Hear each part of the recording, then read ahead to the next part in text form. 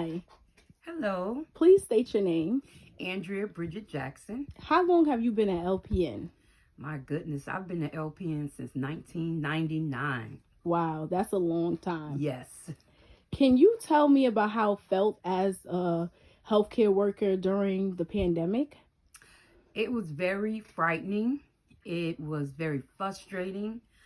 And it was just very overwhelming because of the hours and the fact that we were, no one knew anything about this virus. And it was so new that people were just sick and dying all over the place. And as a healthcare worker, it's hard to see so many people that you can't help. Um, and then it was frustrating because you know your hours increase and you don't have enough help and you got to be mindful. I do one-on-one, so I work in pediatrics, and it was frightening thinking that I had to go and take care of my patient, not knowing who I came in contact with. Even if we are being safe, you wear your mask, you have your PPE, all those things, it doesn't matter. So it was frightening and overwhelming and very frustrating. Did you feel like you wanted to quit at times?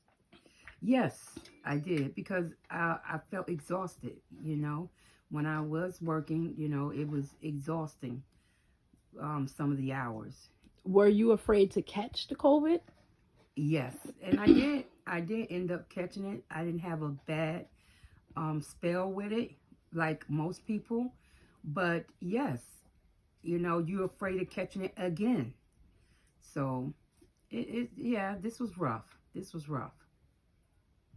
And are you afraid that it's going to get worse as the wintertime comes? Yes, because of the holidays, people become so relaxed that they gather in large amounts, and they're not following the mandate of wearing your mask in certain places. And we just know in the wintertime things seem to get worse. Well, thank you so much for enlightening us about being a healthcare worker during the pandemic.